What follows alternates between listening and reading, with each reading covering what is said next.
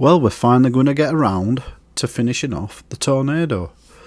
This episode is purely going to be all about weathering and then fitting the final parts. What I'm going to start with is my because I've got Glossnar all over this kit. What I'll do is I'll put my pin washing, and this time I'm using MIG Productions Black Wash Enamel one it is. You can make your own of these out of any kind of oil paints or even some black enamel paint, just really thin it down, they work fine. But anyway, I'm going to crack on with doing this. I will be doing some weathering with normal oil paints and stuff like that, but I'm not going to over weather it because it were actually painted up more, especially with the black bit, more for the special that it did with being the farewell version. So I'm going to crack on. I'm going to speed up the videos and that, because if I don't, you'll be sat here for about 8 years watching me weather these a kit this size. It's that big, that's why. So sit and enjoy it, and we'll have a good chat later on about the kit at the end. Thank you very much.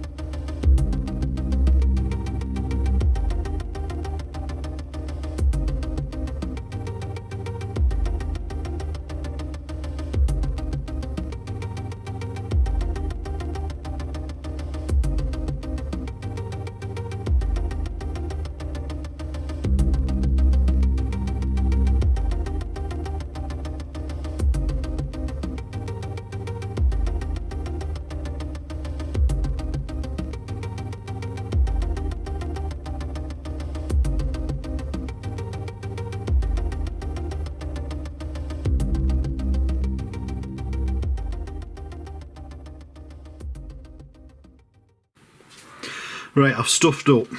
I've had a spillage and I didn't realise it.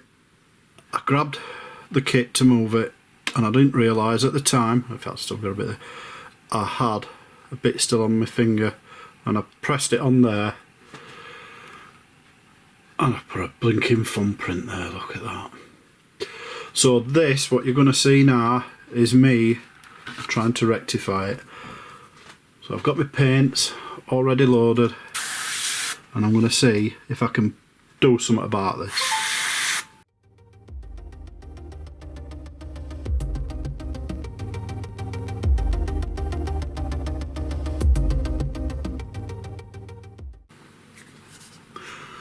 Right, I've painted the back in, she's got a flat coat over and that now.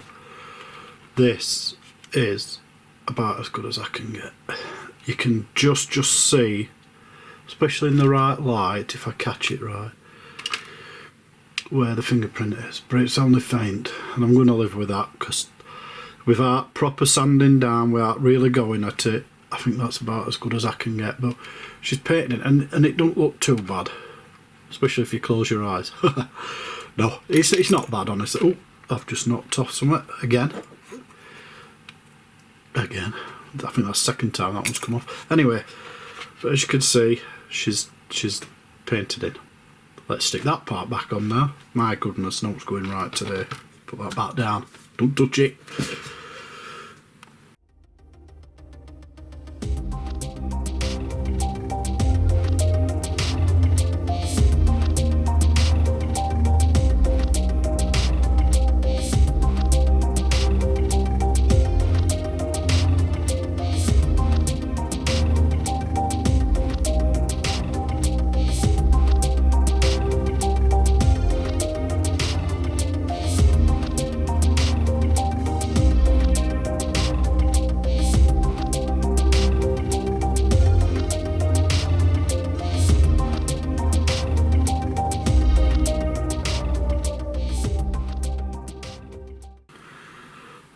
Well, I've completed it, and in all honesty,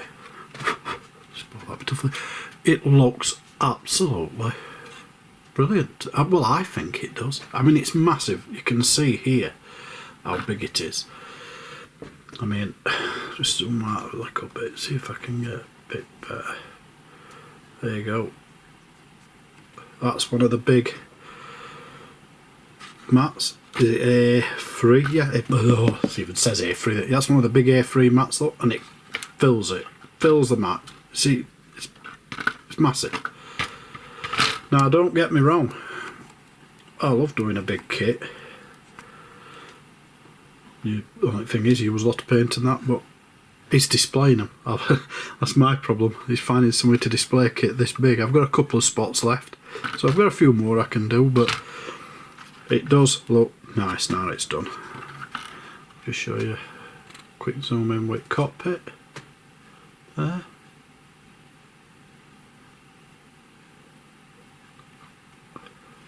I'll spin her over. I've got to be careful because every time I touch it, it seems I knock something off, but I'll spin it over. You can see on the side I've done a bit of weathering. I haven't gone overboard with weathering because you've got to think this plane were cleaned, spruced up.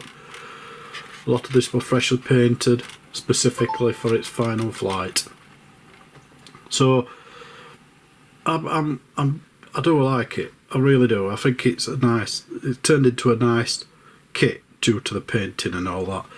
I'll be honest, did not like the build. I did not like the build one tiny bit. But once it was built, as in the majority of it, and you started painting it, it completely changed. I really enjoyed doing this lot. Loved painting it, and I've really enjoyed weathering it. I mean, that wheel, you're going to have to take that wheel with a bit of a pinch of salt because I've broke it off twice already. Still not greatest. But one of the main things that I'm not happy with and it's the build, it's not the paint, it's not that side, it's not how it's looking now. It's this. Watch these. These are meant to turn and keep them pointing straight all the time. As soon as you stick them on, and I know I've glued one or two of them on a few times, but as soon as I stuck them on, first time, tiny drop of glue, they don't turn. Oh, you could probably make it, but they end up breaking off half the time. So I'm not right chuffed with that. These were the back wings were such a small part going in. I snapped one of them off.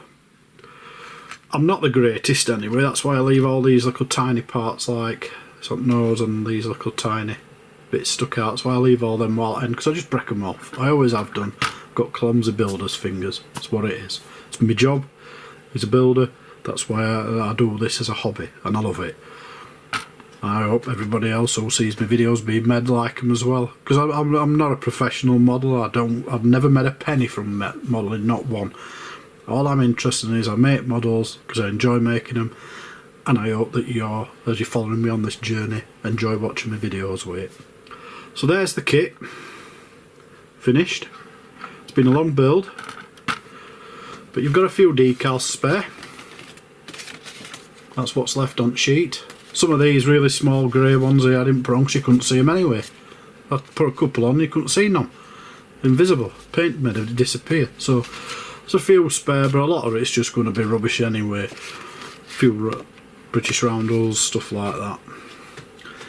Put that to the side, and then you've got all these parts, and this is where Revell's probably do. They're probably able to knock a £5 off at price at kit if they cut off. Because look at them. We are talking lots and lots of sprue parts. I mean, these two, look at that, nearly 2 full sprues there. And I know it's awful as well, you've got different variants and that, but yeah, if you could pick just one and then build that one and knock the £5 off, it'd be better, but hey, you can't do that. Oops, just drop that, pick it up in it. But yeah, enjoyed the build, enjoyed the painting, really did. The MRP paints I've used on it are a fantastic paint. Spilt some, one of them. I'm going to show you now where that fingerprint went, and I'm hoping you'll agree that I've made it better, but I can just in the right light see the fingerprint. I'm hoping you'll think it's alright, but there. That's where it was, just there. And I think at least 90% of that's gone now. There's just the faintest in the right light we can just see. It's mostly where the paint levels differ. But hey, that's me. But the MRP paints, lovely. Can't knock them. The rest of it, I know the cockpit's a bit iffy because it's the supposedly wrong one, and the right, I've had a look and it is wrong one. But hey, you get what you get. I think it was 30 something quid, but I got it bought for me by my daughter. So I've done it. I'm pleased with it. I'll display it. I am happy. I hope you've enjoyed watching this video, the final part for the build, and I hope you'll stick around for another one. I've got a couple more big Revell kits to do, shock horror, but hopefully when I start one of them off you'll be around to watch me do them ones as well. Thanks a lot for watching. Please like and subscribe. I'll catch you around for the next one.